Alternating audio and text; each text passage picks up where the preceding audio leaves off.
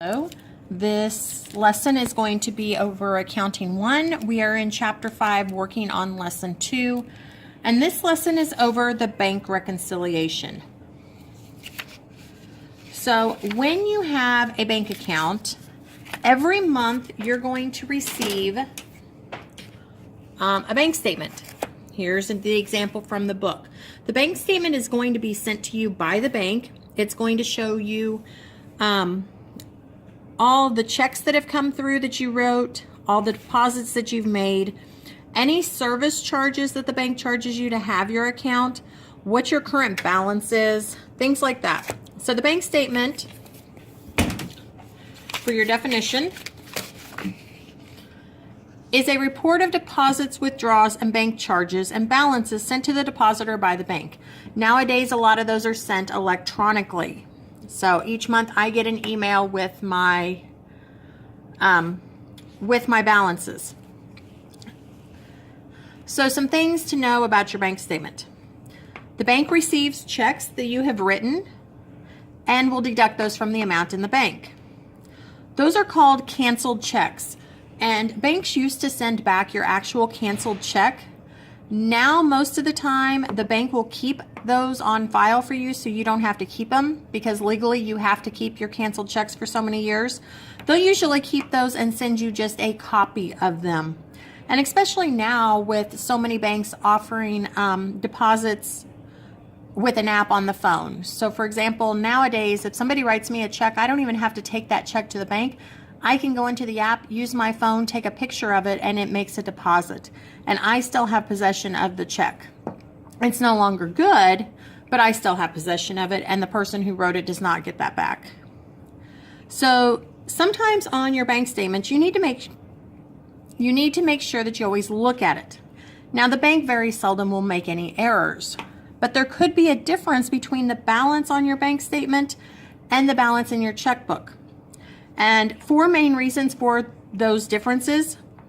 Number one, the bank charges you a service charge which you've not recorded. Some banks do charge a $1, $2, $3 or more service charge just to have a checking account with them. The second one is outstanding deposits. Outstanding means the bank doesn't know about it yet. So you've made a deposit, but by the time you made the deposit, the statement had already been printed and was in the process of being sent to you. So the bank didn't have that deposit listed, but you had it listed in your records. That's going to make a difference. The most common, outstanding checks. These are checks you wrote that the bank doesn't know about yet. So maybe you wrote the check and the place you wrote it to just hasn't made their deposit. Or sometimes you write a check and somebody holds on to that check for a month, 2 months, 3 months, even 6 months or a year. So those are outstanding checks, and you need to be aware of those and keep track of those, because at any time they can take that check and deposit it, and you better have the money in the bank. And finally, and this one happens a lot, you have made an error in your math or your recording. You guys have already seen how easy it is to make a simple mistake in math or in writing down a number wrong.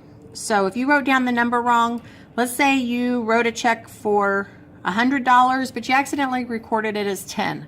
That's going to make a huge difference. So the sooner you can find that, the better, before you get yourself into trouble.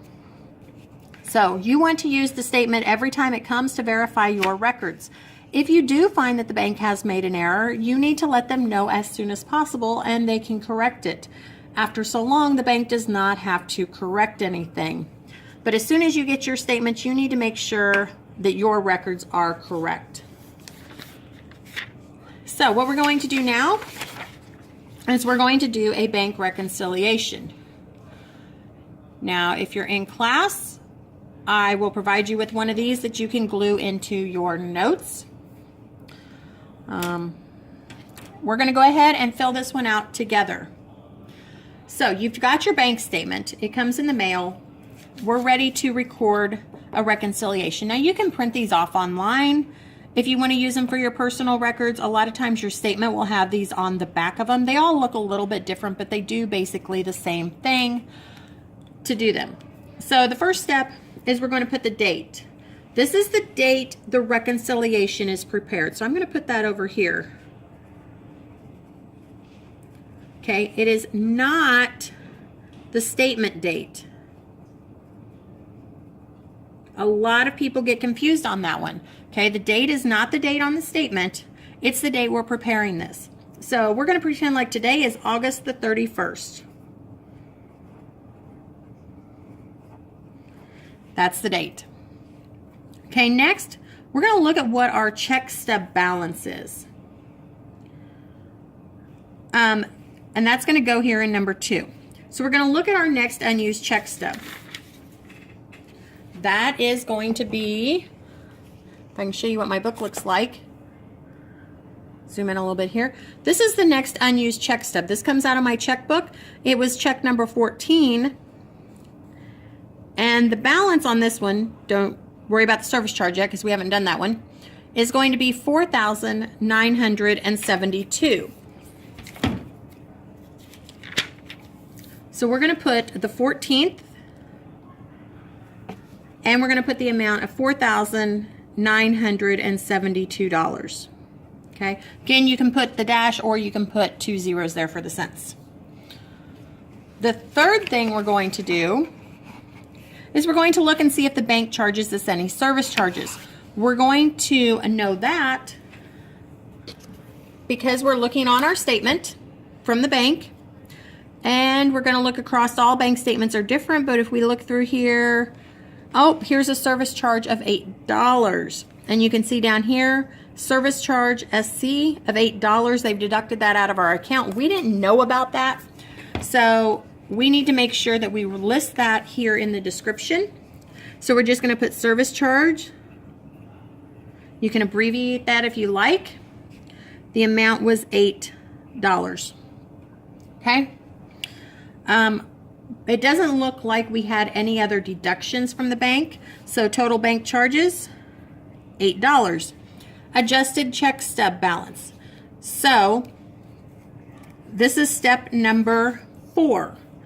We're going to figure out what our adjusted check stub balance is. We thought we had this much. We didn't account for this $8 service charge. So we're going to have to subtract. So if you want to put in here a minus sign or something so you know that, actually it should have went up here, that you're subtracting here. So we're just going to subtract those two numbers and we get 4,964. Okay, that is what our bank, oops, sorry, I wasn't showing that to you. That is what our check register shows we have now. Okay, we will go ahead and record the service charge in our bank, in our check records. But for now, we're just going to go ahead and fill out the form. We know we need to fix this $8 later. Okay, we're ready for number 5. Okay, number 5 up here. It says, what is the balance on the bank statement? Well, I'm going to look at my bank statement. And there's a couple different places I can find it. A lot of times it will print what your current balance is here.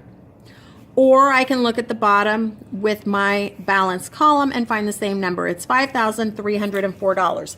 That's how much the bank thinks we have. So $5,304. Okay, are there any outstanding deposits? And this is number 6. Remember, outstanding deposits means, okay, number 6, outstanding deposits. Outstanding deposits means what? It means the bank doesn't know about it yet. We've recorded the deposit. We put it in our check register. It is included in this number up here, but the bank doesn't know that we made a deposit. Now, in your book, for most of your assignments, it's going to tell you if there are any outstanding deposits or checks. But in real life, what you're going to do is you're going to go down through all of these checks and all of these deposits. You're going to go back through your check register, and if you find this deposit for $5,000, just to show you over here, you would put a check mark next to it. Okay, that's how I do mine. If you find, then you're going to look for check number 1 for $275. You find check number 1, you're going to put a check mark with it. The check mark's going to let you know that the bank knows about it. So then whenever you're looking for if there are any outstanding deposits or checks, you're going to need to look for anything that did not have a check mark. Well, we looked for anything without a check mark, and we did find that on August the 31st, we made a deposit of $190. The bank didn't know about that yet because the statement was printed on August the 30th, but we already had it in our check register. So for outstanding deposits, we're going to put the date. It was 8/31/16, and the amount was $190. Okay, if we had any other outstanding deposits, they would go there. We would total those together. So we only had one, that's easy math, $190. That was step number 7, now is to find the subtotal. So the bank thought we had this. They don't know about the $190, so we need to add those two numbers together. So I'm just going to put a little plus sign out here for you. And when we add them together, we're going to get $5,494.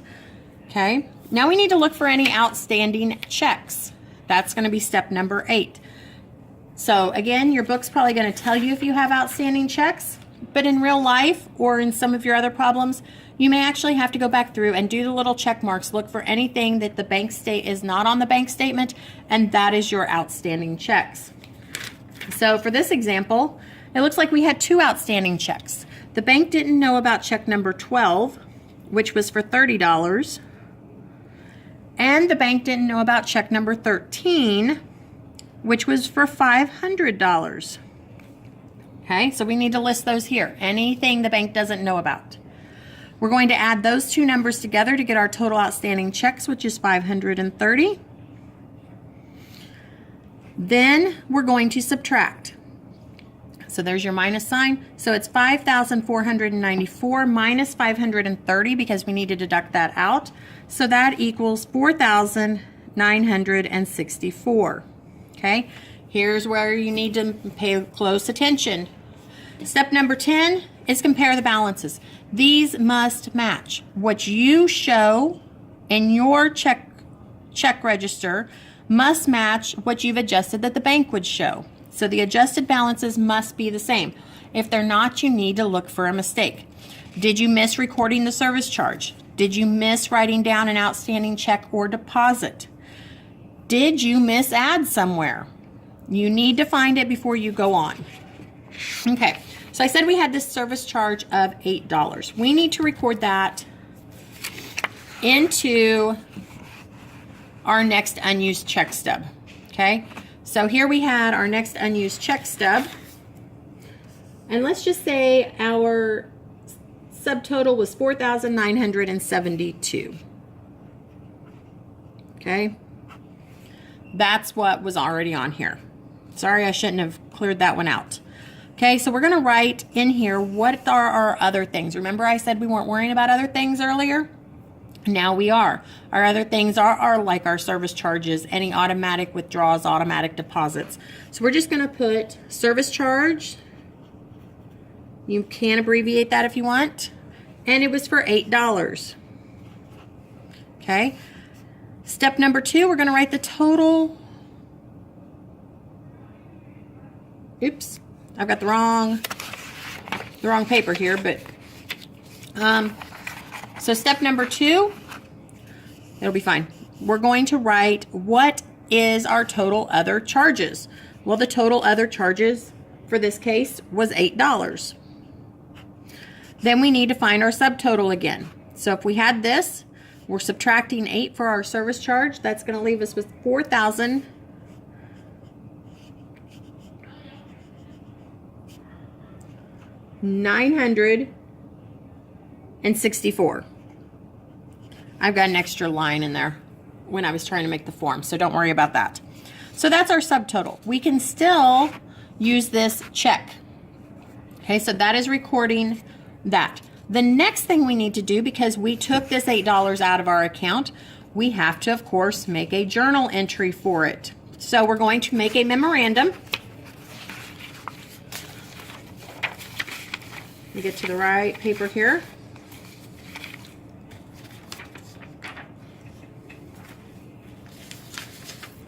I'll just use this. Okay, so we're going to pretend like we got a memorandum telling us that we needed to adjust for the $8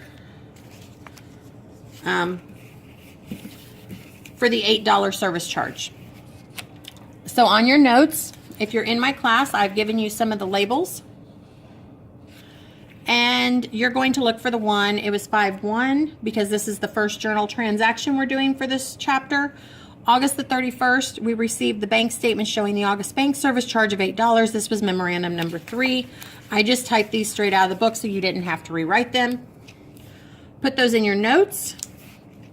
And then I have provided you some of these journal slips. You can glue that into your notes too to record it on. Okay, so let's go ahead and record this transaction. Well, we're going to analyze it. The date was August 31st. We received the bank statement showing the August bank service charge of $8. So we already know we took $8 out of our checking account, right? Okay, I'm going to draw a couple little T accounts here. So we know that we used cash. Okay, cash is an asset. And we decreased our cash, so we know that our decrease for our cash is going to go on the credit side. So I'm just going to put $8 over here. The next one, bank service charge. Well, if we look back through our chart of accounts, we're going to see we don't have an account called bank service charge. We really don't have anything to fit it, so we're going to put this one in our miscellaneous expense.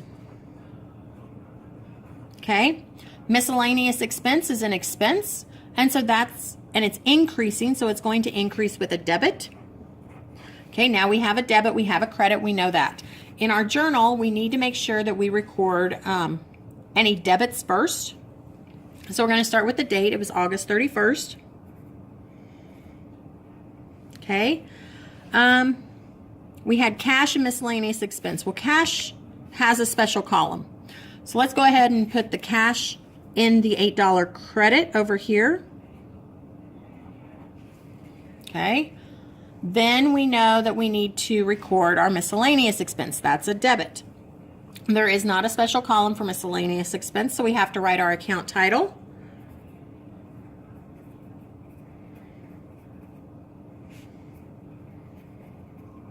Okay. We have to write it in the general debit column.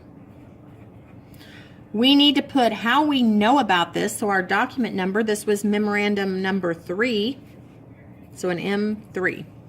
Okay. We are all done recording this transaction. So the bank told us about it. We took it off on our bank reconciliation form. We then took it out of our check register, and now we've journalized the expense.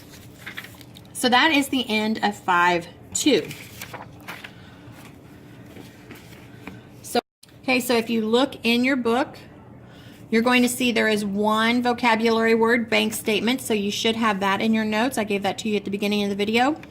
And there are 2 audit your understanding questions. List the 4 reasons why the depositor's records and bank records may differ. We had that in our notes. And if a check mark is placed on the check stub of a canceled check, what does that check stub with no check mark indicate? So if it does not have a check mark, what does that indicate? I told you that whenever I was doing some of the talking, so make sure that you listened so that you know that answer. Okay, tomorrow in class we're going to do the work together for 5-2 and on your own. So I'll see you then.